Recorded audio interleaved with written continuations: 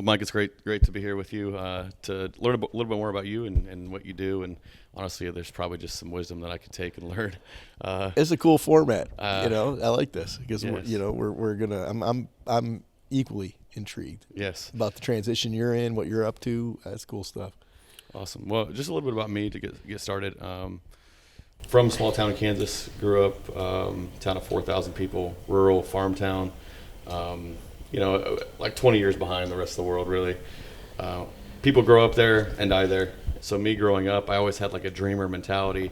Even from the time I was like 12, I was like, I'm not staying in this town. And I watched people, start businesses there, work there, make 12, 13 bucks an hour max. And then, they end up dying in the nursing home there.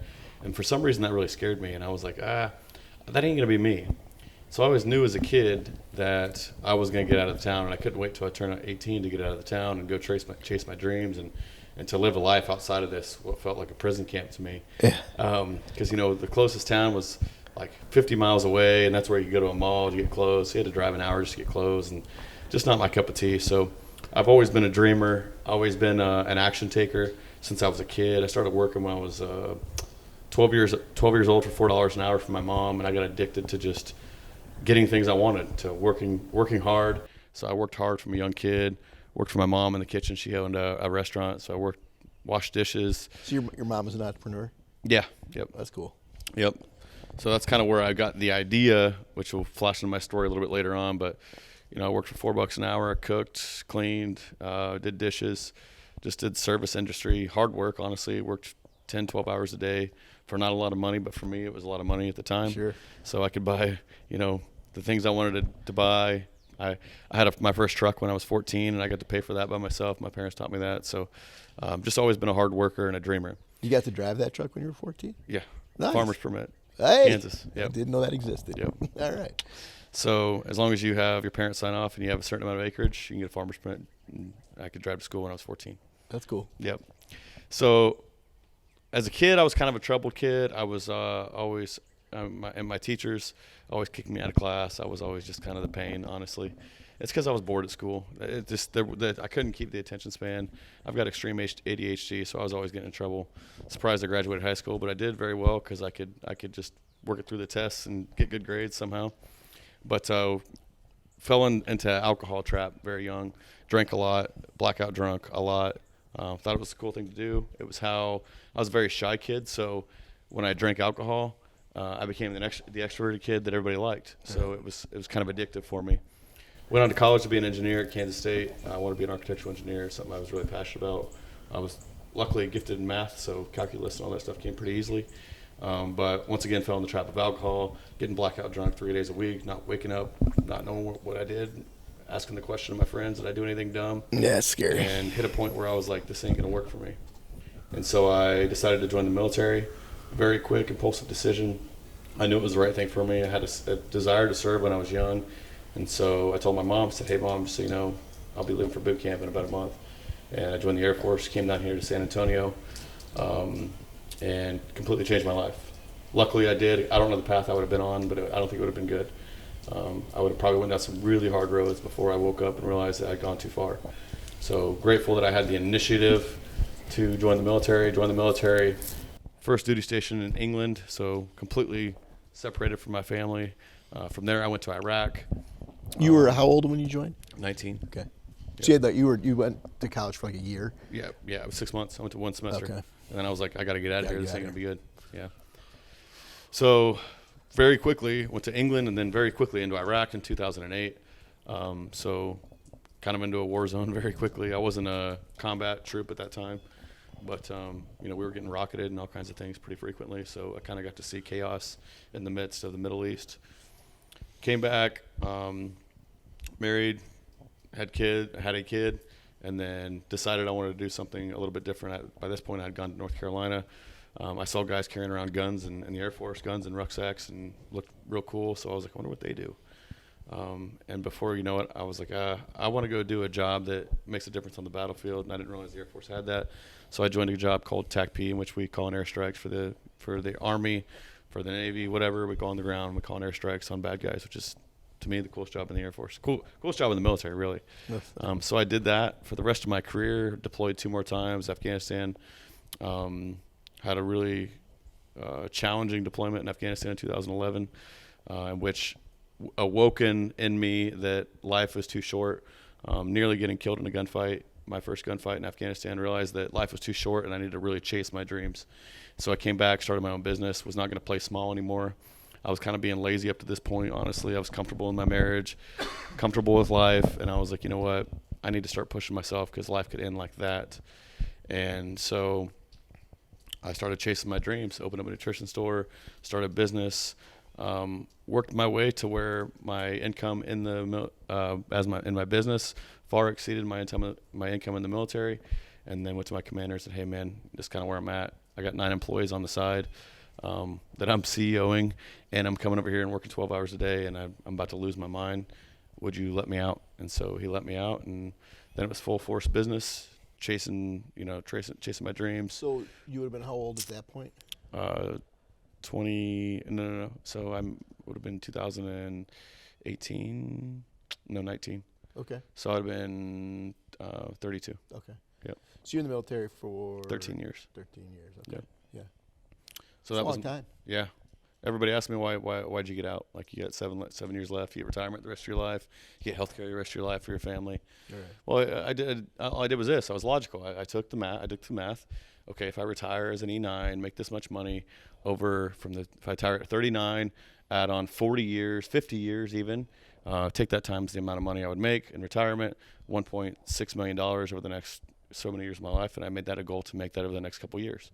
And so all the people were like, why did you get out? Oh, that's a dumb decision. You got this all the rest of your life. I'm like, okay, well, I'm going to try to make that in 2 years and make it worth it. Man. Right? You just did the math, yeah, right? I just did the math, and it made sense. I'm like, I can do that in 2 or 3 years if I really go after it, instead of waiting my entire life for a retirement check, whatever. So, I would have had to spend 7 more years in the military, consumed for more deployments, away from family more. Who knows what we would have got into, and so that was just the best bet for me. Yeah. So I punched out. As soon as we did that, companies took off. Started doing from a couple $100,000 a month to several million a year, and companies really just exploded. And that's a majority of my story. It's a little long version, but well, no, it's great, man. I've always been intrigued by what makes somebody fire to take the leap, and so few do, right? So what, talk me through that. What were you feeling in the weeks and months leading up to, you called him your commander, I think you called him? Yeah. To go into your commander and being like, I got to get out. So what was that? What was going on for you? Was it looking at your family, thinking you want to be more present for them, plus the whole oh my God, 7 more years of this? Yeah. I start to have a lot of complications when I feel capped and I don't feel free.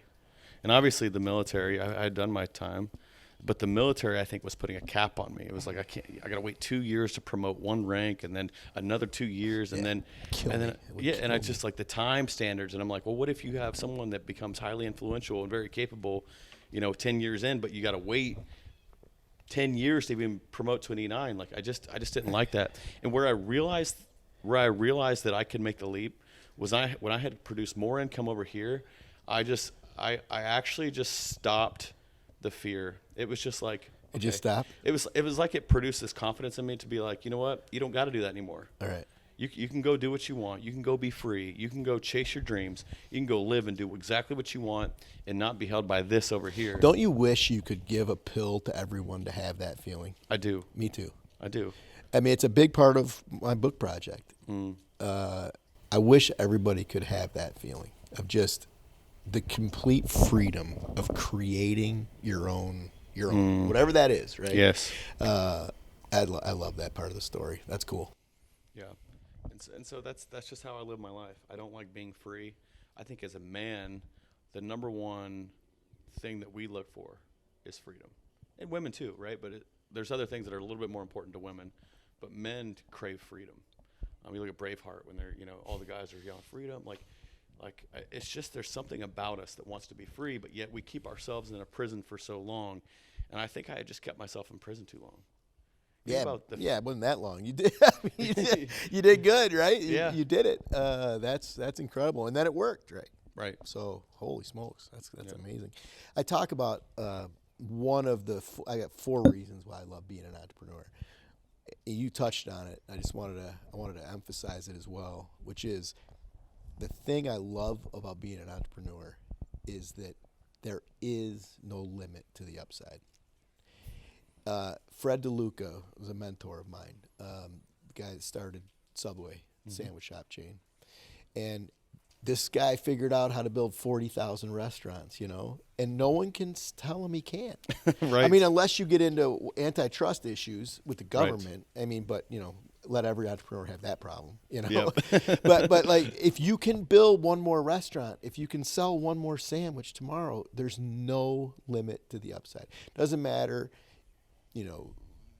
man, woman, race, religious affiliation, sexual orientation, none of that matters. Nothing matters. Nope. If you can figure out how to sell one more product in the marketplace, and the market wants to buy one more from you, you can do that forever. Absolutely.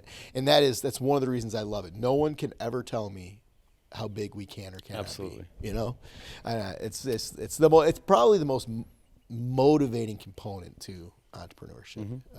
The other thing I love about entrepreneurship, and I'd love to hear your perspective on unbridled creativity. Like you can wake up. We were talking about this morning, or this afternoon. You can wake up tomorrow and do whatever you want. No one can tell you you can't. If I want to wake up tomorrow and design a shoe and try to manufacture a shoe, and I want to put the money behind the shoe, I can do it. No one can tell me I can't.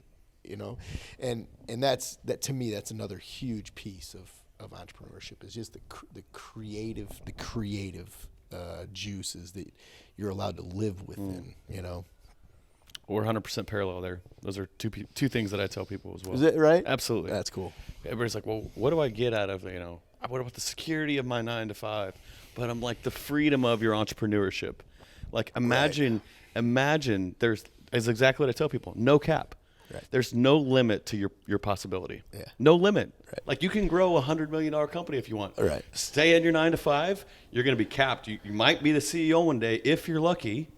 Yeah. And if you make it there, and if you do, like, you're capped still. You're capped at what that company does. Like, as an entrepreneur, there's no limit. Yeah.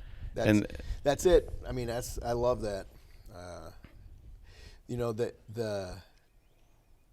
I can't even comprehend when you were talking about sitting around and waiting some period of time so you could be eligible for some promotion. Like, that just makes me want to just jump up. You got to be kidding me, Yep. There's no way in the world I could live that way. Yeah. And were you ever employed before being an entrepreneur? Not really. Yeah. I was frankly. I mean, I was an independent sales rep, so I represented 5 importers. I lived in Houston, and I represented 5 importers and sold to retailers. But it was straight commission. So I either sold, if I woke up in the morning and I sold something, I got paid. If I woke up in the morning and I didn't sell something, I didn't get paid. I wasn't really an employee there. I landed in corporate America for 9 months. And I got fired. There was no way I was going to work in that environment. It was brutal. I remember the big moment was May 9th, 1996. It was my mom's. The reason I know the date is because the next day was my mom's birthday, and I bought tickets to take her to, I think it was the opera in downtown Detroit, and my boss's boss called me and said, "Mike, we've got this trade show going on in Minneapolis this weekend. Somebody was supposed to man the booth or whatever isn't going to be able to make it. We need you to go home, pack a bag, and we'll get a plane ticket for you. We'll get you over to Minneapolis." I was like, I can't go. I'm not going, right? And he made a big deal out of it. He made a big deal out of it, and I just stood my ground. I was, what am I going to do? Like, bail on my mom's birthday? Like, there's not a chance in the world. And so that was the mentality that I would. And I told him too. I was like, hey, it's my mom's birthday tomorrow night. I'm going to have dinner and going to the opera with her. He didn't care. He didn't care. Like, how can you treat somebody like that? Right. You know? And so the other thing that company taught me in the 9 months is they would always do stuff in the evenings and on weekends, and like sales conferences on the weekends, or Friday night, you know, beach volleyball at some place, all this stuff. And it's like, I've got why do I gotta show up on a Friday night? Like, I've got my friends. I want to hang out with my friends. I love you guys too, but I spend 50 hours a week with y'all. You know, I don't want to go on Friday.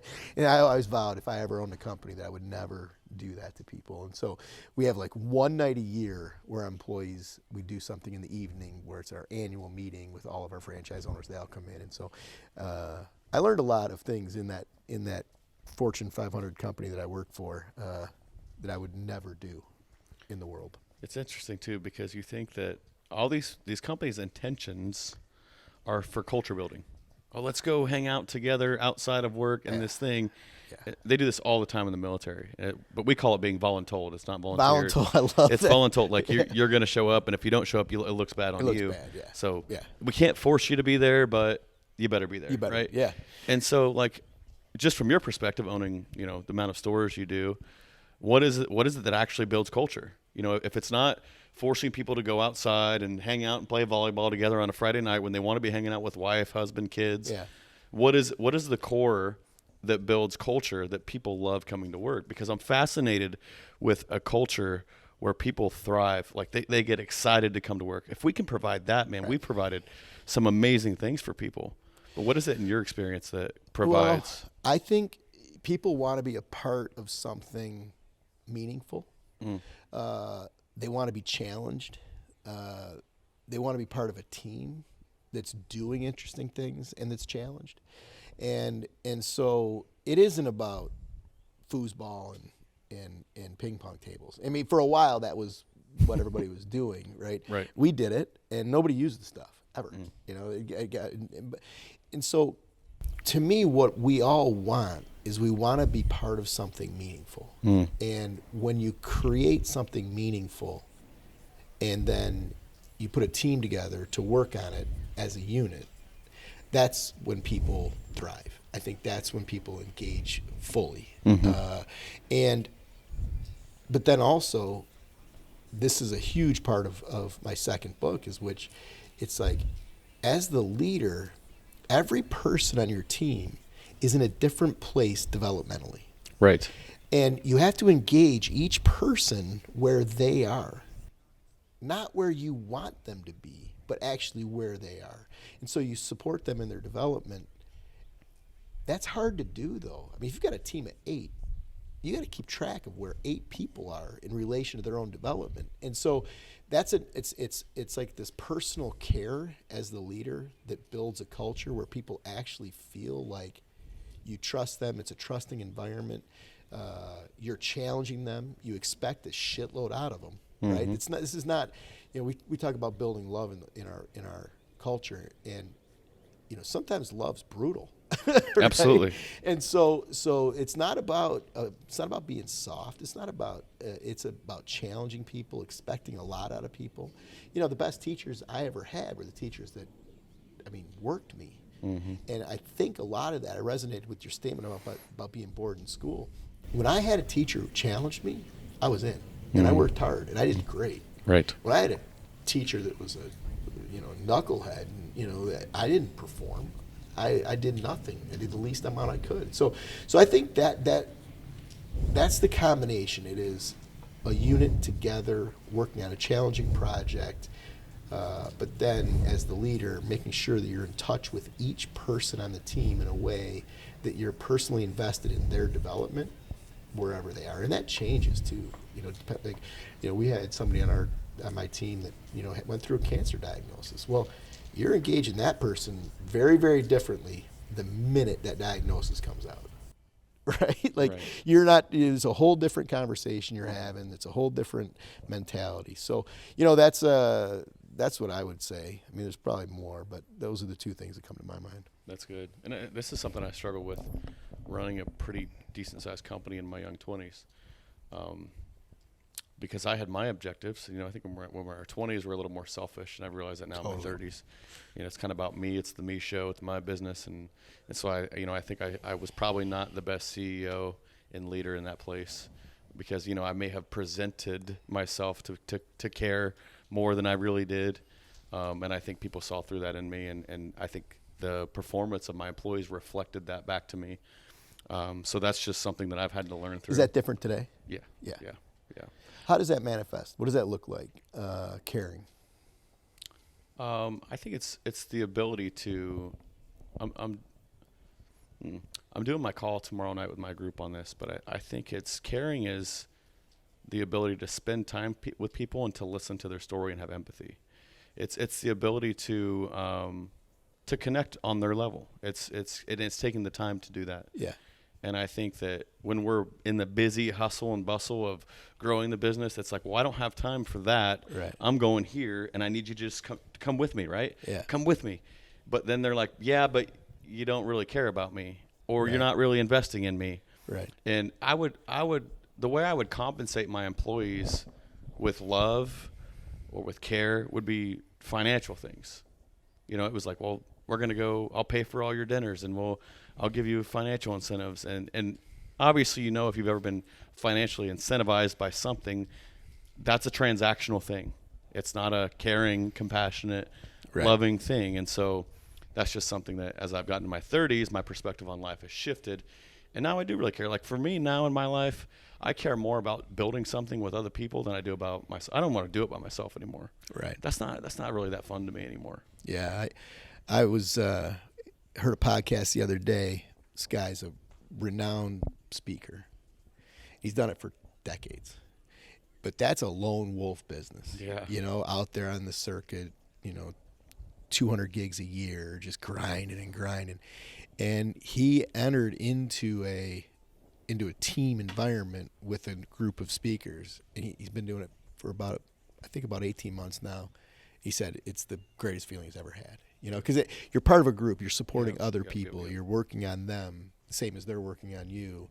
And that's that piece of developmental work that I think a lot of people miss. So it's between you and the employee is developmental. But when you get a team functioning at a high level, they're supporting each other in their development as well, independent of you. And then that's when things really start to become, I think, meaningful and powerful. I think that, I'd like to hear your opinion on this, that probably we're wired, if you think about early human development, like hundreds of thousands of years ago, we were in tribes. We did everything in tribes, small tribes, right? Not to be outcast was death. Right, absolutely. And so I think that we're biologically wired to want to do things and achieve. In a tribe you had certain people that were responsible for this and certain people were responsible for that. And without, everybody was an integral part of that. And so if one person went rogue, or there was all the responsibility on every person, right? And I think that's really what we even look for in business and life, is we look for a tribe that's multifaceted in skill, and you got people that are capable of doing different things. When you bring them together, all of a sudden we can create this awesome thing that's way better than this thing that I could try to create on my own. Yeah. Well, America sucks that way. Truth. And that's one of the things that we're trying to do in our organization, is build an environment and be an example for other companies where you can build that tribe. You can build that nurturing, supportive, loving environment for the employee to show up into every day and build an extraordinarily successful company. That's what we're trying to do. That is our purpose. That is what we're going to spend the next 25 years trying to accomplish. That's great. And if we could get that mindset installed in more and more and more organizations, that's healthy. Like, if you go to work, and I've said all along, I think people do this. They just don't do it supported by the company. A lot of people have their best friends at work, and they all support each other, and they'll take care of each other, But why can't the organization facilitate that? And that's kind of my passion. That's what I want to see. That's great. In the world. Yeah. I think that one of the organizations that does this, that leads the world in this, is Chick-fil-A. Yeah. And I have you even look at like the gross sales per store or restaurant versus McDonald's. They like 3-4x them at least, right? It's like a cult. It really is. It's amazing. And the system works, but it also, people that go there, whether they make $12 an hour or $20 an hour, they all feel valued, right? Yeah. I have a good friend that's been, in the church world for his whole life. He's been a pastor. He's older than me. He's like 38. And he recently left his, pastor role to work for Chick-fil-A. Seriously? Yep. And he's That's working cool. in a couple. He's helping build a couple stores. He's a highly skilled dude. But he's been in the church world for so long, which even the church I go to is so caring and loving. He's like, but now that I've stepped in this Chick-fil-A role, he's like, I've never seen anything like this culture. You can do it. Feel. Yeah. You can do it. Yep. I think Chick-fil-A is a great example of that. Yep. You can be in a corporation, a for-profit organization, and build a loving and supportive culture. Right. You have, and it's actually, in my opinion, if you don't, I think you're going to get left behind. It's a little forward thinking now, but in 10, 15, 20 years, if you're not doing, you're going to be a dinosaur, Yep. And I've got a lot of friends that run these big companies that are still sort of in this mindset of shareholder first, profitability first, right? And it's like, guys, like and they're the ones that it's a struggle because they complain about not being able to get people. They complain about people don't want to work today. They can, there's all these traditional sort of memes, and it's like, well, maybe the orientation you have is causing that result. And if we can make that shift in mindset, that's tomorrow, in my opinion. Yeah. And as leaders, we have to. Yeah. I'd like to get your perspective on the military, because I've always used the military as a positive example from a culture perspective. What's your experience? Just to be honest. Yeah. No, I don't. I think the world has a distorted view of the military. I think, while I would never dishonor people who sign up to serve, right? I think that the outside perspective, thinking that they can look in and see what's going on, it's very distorted. But to be honest, if I took an average of 8 out of 10 people who I worked with in the military, most of them hated it. Really? Yeah. Honestly, some people really love it, but the leadership and the development, that's one of the places I was really frustrated before I left, is just they put you in a leadership course, and it's terrible, to be honest. It's terrible. They don't teach us the right leadership principles. It's all like scripted book stuff, and you do these things that they don't teach you like the right way to lead. And then it creates, not to say, I've had some of the most incredible people I've ever met in my life, I've met in the military. Sure. But I think the outside perspective of the culture and the camaraderie and all that, I think it's a bunch of bullshit. Really? Yeah. When you made a statement there that's interesting, the right way to lead. What is that? There's a wrong way, which I'm hearing is the sort of how the military builds it out and trains people to lead and so on. So talk about the right way to lead. Well, the right way to lead, in my perspective, is leading by example. It's the few good men that I worked for swept the floors. They showed up with the guys. They didn't just sit in their office all the time and bark orders. They showed up. People want a leader that shows up, that looks you in the eyes and is grateful that you're there. Right? It's not, well, I'm too busy, I'm going to go sit in my office all day. I'll see you on Friday at the roll call. It's no, I'm out and about. I'm talking to my people. I'm having interaction with them. It's just showing up.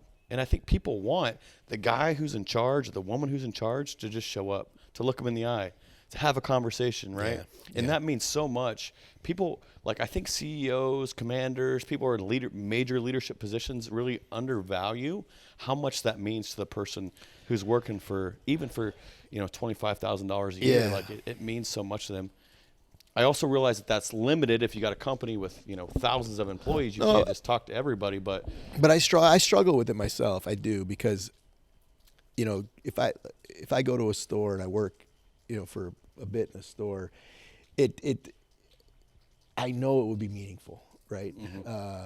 For the organization. And, but, frankly, it's like, man, for me to take a whole day. It's like, oh, wow. And then how often, and then, how do you choose to show up? When do you show up? I know I do struggle with that, because I would like to make the time, but boy, the time is so valuable, but I agree with you. So let me tell you a quick story. This is amazing. This is going to be right up. So Fred DeLuca at Subway, arguably top 5 restaurateurs of all time, right? He was going to make an investment in our company. He was going to buy 50% of our company, and so I spent 10 years negotiating with him. Wow. That's a long story. I won't tell a long version here, but the story I want to tell was the first time we met him. He came into our offices, and he didn't go to a conference room and sit down with us. He just started walking around, and what he did was he knelt down next to people's desks.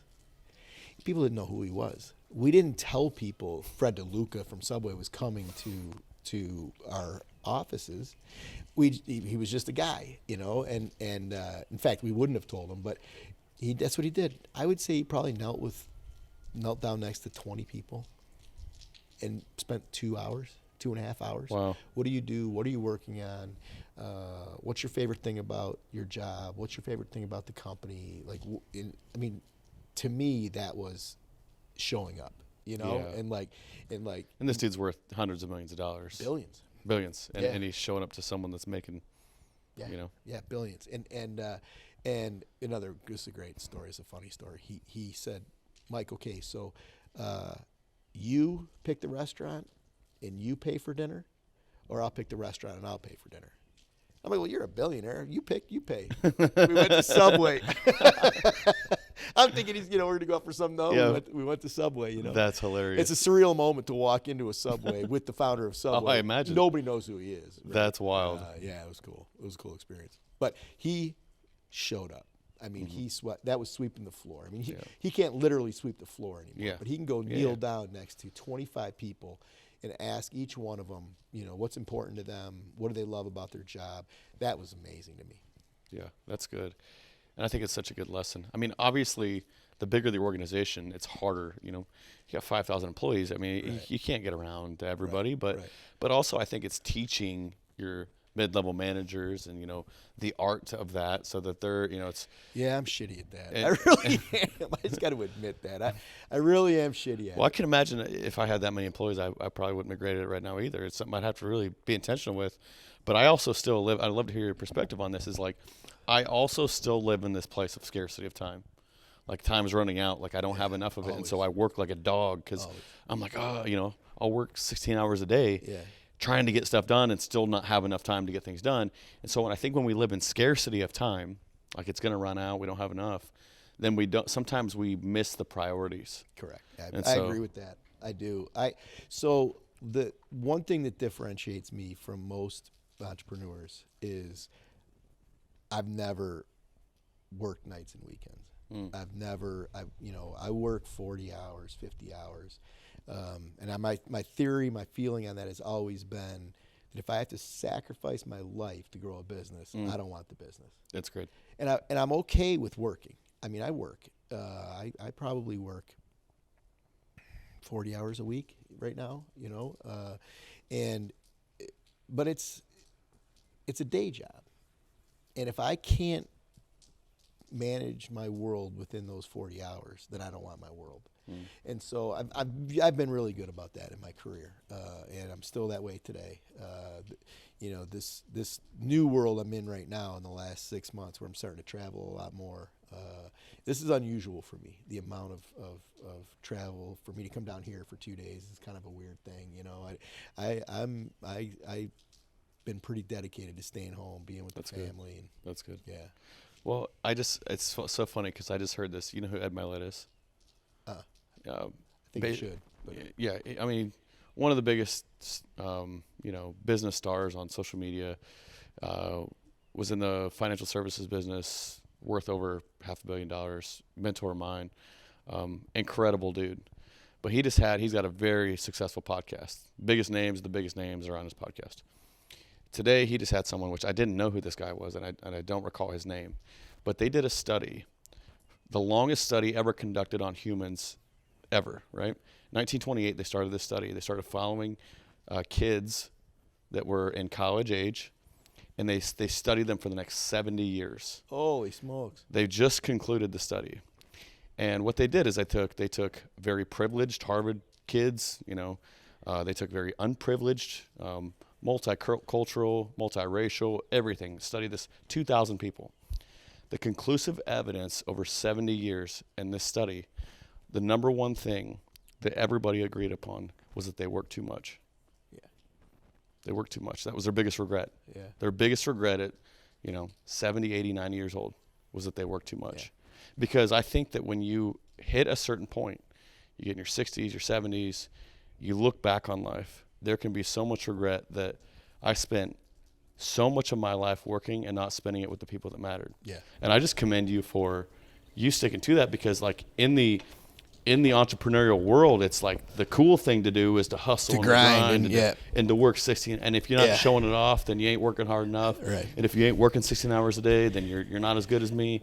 And so I commend you, and I love this, and I can't wait to put this on my page, that because I have a lot of entrepreneurs that follow me, that it's not about that. And then one day, if you make it about that, one day you will probably regret that, because at least do you have kids? Yeah, 4. Yeah, at least you know your kids. Yeah, I do. Yeah, I do. You're dad, right? Yeah. You're not guy who was this stranger who was gone all the time. Right. Business. You're dad, and they know you as dad. Yeah. And so it's just there's very also I have a philosophy that 8 hours of focused hard work is more productive than 12 hours of work. That's good. Because you prioritize, you have more urgency. I don't think with someone like you, who's a physical specimen, we can probably work for 12 to 16 hours and be okay. But I don't think most people can. I think you start getting 12 hours deep into work, and you're not functioning at a high level anymore. Yeah. And so I would much rather function at a high level for 6 to 8 hours, and then leave, and then live. And then come back the next day and go in and go at it hard for 6 to 8 hours. So I think I don't really understand the culture of being proud of 16-hour days. Yeah. I've never really understood why people are proud of that. Like, anybody can do that. Yeah, I mean, absolutely. So why not take the perspective of what I'd rather be is I'd rather work 6 to 8 hours and be super smart and grow a great business. And doesn't that prove out that I'm smarter than you? Right. Right? Absolutely. I mean, that's kind of my theory. Yeah. If you can do it and so on. But I love where you're going, which is coaching.